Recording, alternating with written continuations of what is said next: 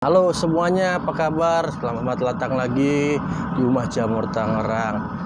Nah, terima kasih juga yang sudah like, komen, share, dan juga telah mendukung channel ini supaya channel ini terus ada dan bisa memberikan informasi yang terupdate dari channel ini. Nah, banyak juga pertanyaan-pertanyaan yang datang kepada saya. Bagaimana biar supaya bisa produksi sendiri. Memang di sini saya menyarankan kepada pembeli backlog atau pembeli customer saya yang di sini supaya lebih cepat untuk bisa produksi sendiri. Mengapa? Dikarenakan untuk memaksimalkan keuntungan yang kita peroleh. Nah, kalau misalnya kita udah maksimal dengan keuntungan itu, kita akan merasakan kenikmatan bertani di dalam jamur tiram. Karena untuk saat ini barang-barang semuanya naik. Jadi pembelian backlog di sini dengan ukuran 1735 itu dijual dengan harga 3.000. Nah, dengan untuk mensiasati ini, kalau misalnya kita membeli terus, nah kita akan mengalami kerugian. Nah, bukan kerugian sih sebenarnya, keuntungannya semakin menipis sehingga kita tidak merasakan keuntungan dari budidaya jamur tiram. Nah, kali ini saya akan membagikan bagaimana sih cara pengadukan yang benar sehingga kita bisa berbudidaya jamur tiram dengan produksi sendiri sehingga menghasilkan atau memaksimalkan keuntungan yang kita peroleh. Nah, kalau misalnya ini video mungkin terlalu lama, boleh di skip gak apa-apa. Tapi kalau misalnya mau mengikuti secara step by step, bisa diikuti video ini. Video ini akan saya rekam terus. Saya coba perlihatkan semuanya dari awal sampai selesai sehingga video ini benar-benar bisa berguna untuk semua orang yang mau melakukan produksi di dalam jamur tiramnya. Oke, ikuti video berikut ini ya. Mudah-mudahan bisa memberikan manfaat dari pengadukan di jamur tiram ini. Oke, saksikan video berikut ini. Yuk kita mulai dengan pengadukannya. Langkah pertama, kita sebarkan serbuk-serbuk gaji yang kita ingin gunakan. Seperti ini ya, kita sebarkan dahulu supaya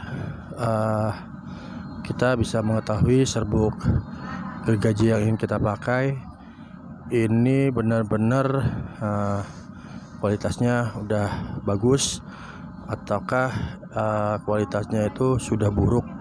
Kenapa? Karena kalau kita kualitasnya sudah buruk, itu akan mempengaruhi nanti pada media backlog kita. Nah, seperti apa yang bagus dan seperti apa yang buruk. Nah, ini kan kalau misalnya bagus ini dia masih bersifat warnanya ini masih seperti kayu ya. Masih coklat, ada yang coklat segar, ada yang coklat agak pekat gitu kan. Nah, itu yang ciri-ciri serbuk kayu yang bagus. Nah, kalau misalnya bagaimana serbuk kayu yang kurang bagus atau yang buruk, nah itu biasanya dia berwarna hitam ya, mungkin karena sering kena hujan, kita tumbuh terlalu lama dan kena hujan, atau mungkin udah terlalu banyak kena oli dalam penggesekannya. Itu kalau bisa sih dihindari ya untuk pembuatan media backlog jamur tiram. Kenapa?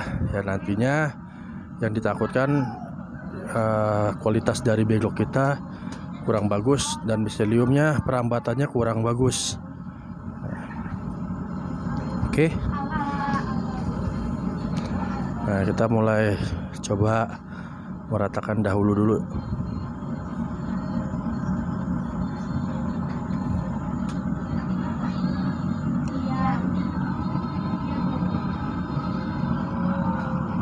Nah, ini kita menggunakan ember ini supaya apa? Kita untuk menakar serbuk kayu ini kita untuk timbang, menakar berapa kilo serbuk kayu dalam satu ini supaya lebih memudahkan nanti kita untuk memberikan nutrisi.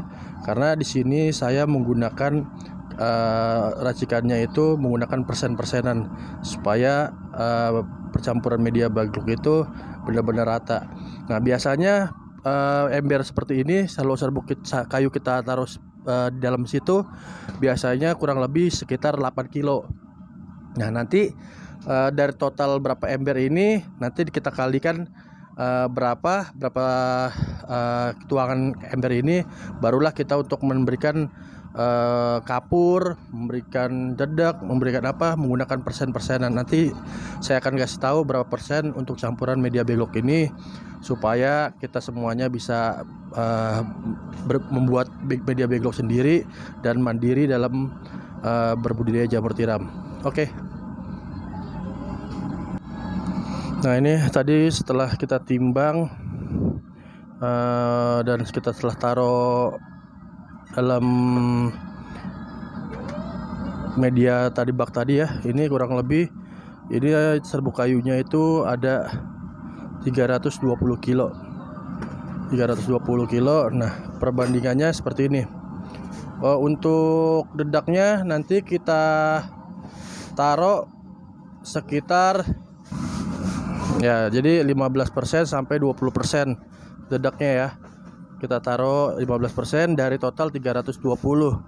Nah, itu ketemunya berapa kilo, nanti ketemu berapa yang kita ingin taruh di dalam media serbuk ini.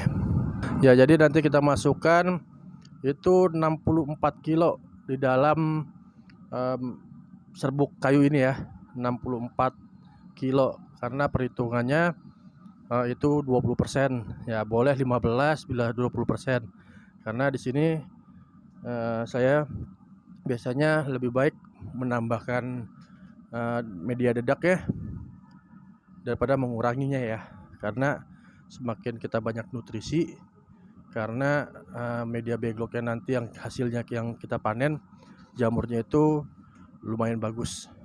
Karena di sini pun saya tidak menggunakan JPT untuk media Beglok jamur tiram dan untuk buah-buah untuk jamur tiramnya ya, sehingga saya lebih fokuskan pada pemberian nutrisi di dalam media Beglok. Nah kita timbang ya, kita timbang dedeknya benar-benar akurat sehingga nutrisinya benar-benar kita bisa hitung secara bagus ya.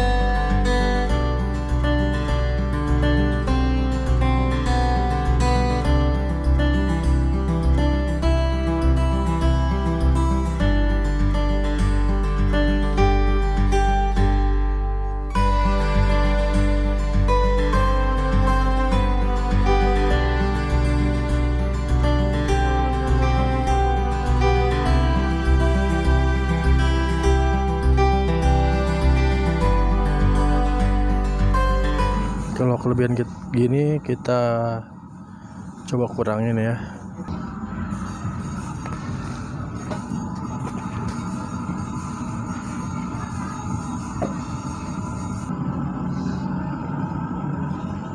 Langkah selanjutnya kita memasukkan selain dedak ini kita kalau di sini saya menggunakan polar ya, polar, tidak menggunakan tepung jagung. Karena kalau di sini tepung jagung ya lumayan agak mahal ya di sini di Tangerang.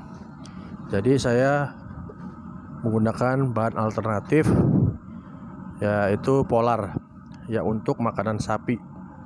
Nah, untuk percampuran polar ini tidak sebanyak dengan dedak ya. tidak sebanyak dengan dedak. Biasanya polar kita memakai sekitar 5% daripada total serbuk kayu yang dipakai. Tadi serbuk kayunya itu kurang lebih 320 kilo ya Wan ya. 320 kilo berarti 5% daripada 5% daripada serbuk kayunya 320 kilo. Kurang lebih berarti sekitar 16 kiloan ya, 16 kilo sampai 17 kilo ya. Nah, itu polar yang kita gunakan.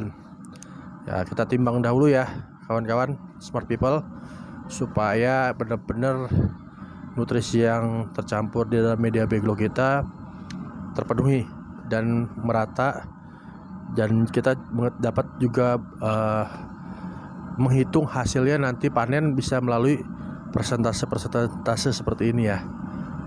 Oke, kita timbang dahulu ya. Pada saat lagi ngaduk, saya juga lagi ngukus. Ya, ini pengukusan saya. Ya, pengukusan ini sedang melakukan pengukusan menggunakan tong ya. Menggunakan tong ini belembung seperti ini dengan menggunakan plastik ya tutupnya. Oke, kita lanjut lagi.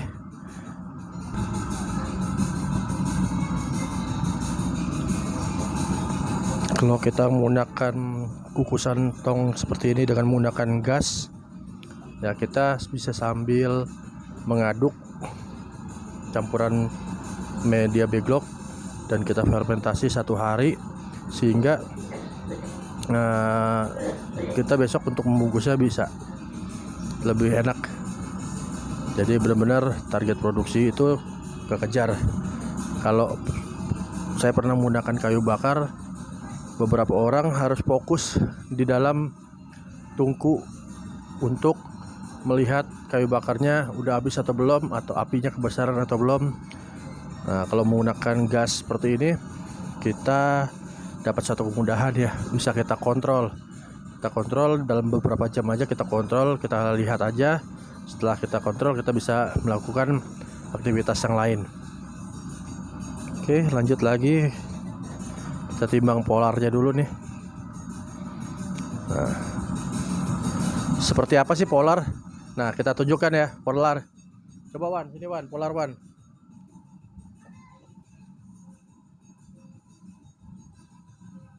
Nah, ini polar ya. Nah, ini polar. Nah, ini polar. Dia seperti kayak serbuk gaji ya. Cuman dia agak coklat dia. Nah, inilah polar, lebih halus.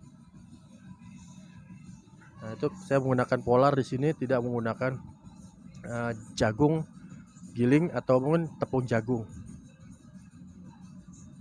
Karena menurut saya kalau menggunakan tepung jagung, kalau di sini kurang bagus ya, karena banyakan yang digiling itu bonggolnya, sehingga banyak menimbulkan oncom pada media backlog jamur tiram.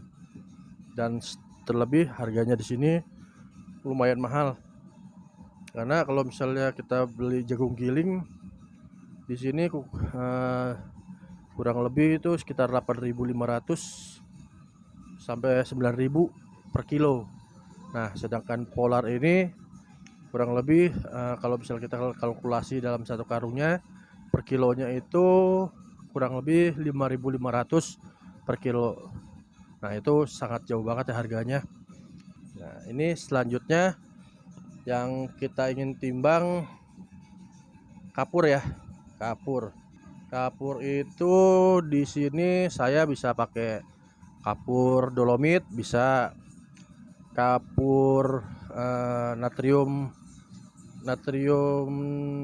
karbonat. Kalau di sini sih istilahnya CaCO3.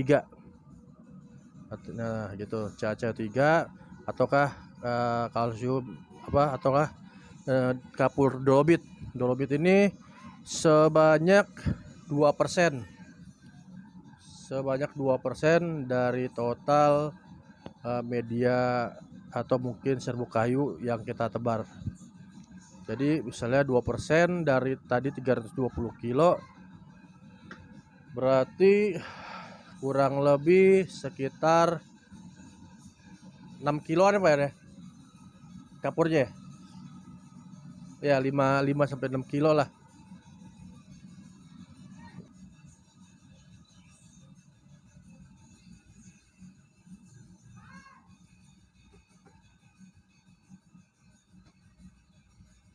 Nah, selanjutnya di sini saya memakai gypsum atau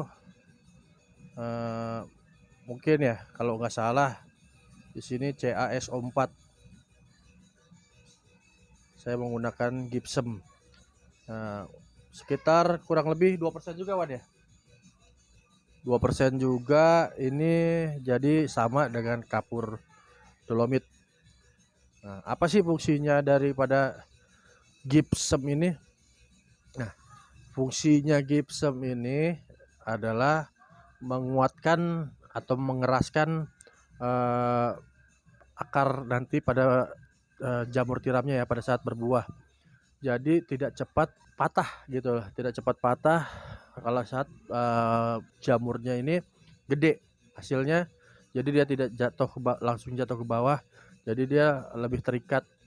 Nah, sama juga kalau media backlog dengan menggunakan gypsum ini, jadi di dalamnya itu dia lebih terikat gitu, lebih terikat. Biasanya kan banyak pengalaman yang terjadi, kita panen itu media backlognya juga ikut tercampur ke bawah dalam kita panen. Nah, maka itu dengan gypsum ini dia lebih kuat mengikat serbuk-serbuk yang di dalam. Jadi kita yang panen ya paling ujungnya aja yang kecabut gitu atau ikut keambil. Nah, untuk yang lainnya tidak. Setelah gypsum ini barulah kita mulai mengaduknya kering dulu. Kita biasanya menggunakan ya kaki ataupun kita menggunakan sekop sama pacul ya. Nah, kita campur dulu bahan-bahannya. Nah, begitu proses produksinya, yang cara mengaduknya dan cara pencampurannya. Sekali lagi saya mohon maaf, di sini bukannya maksud mengajari yang senior. Saya ingin cuma membagikan informasi yang saya punya sehingga ilmu saya bisa bermanfaat bagi banyak orang. Oke, ini setelah habis pengadukan kita biasanya kita fermentasi seperti ini ya. Kita fermentasi, kita tutup selama 1 hari. Nah, baru kita bungkus. Oke, segitu aja ya Smart People. Semoga bisa memberikan informasi yang sangat luar biasa untuk para petani jamur pemula sehingga bisa mandiri untuk pembuatan media backlognya sehingga bisa mencapai keuntungan yang lebih maksimal. Oke, gitu aja ya. Tetap semangat. Salam luar biasa. Salam buah jamur Tangerang.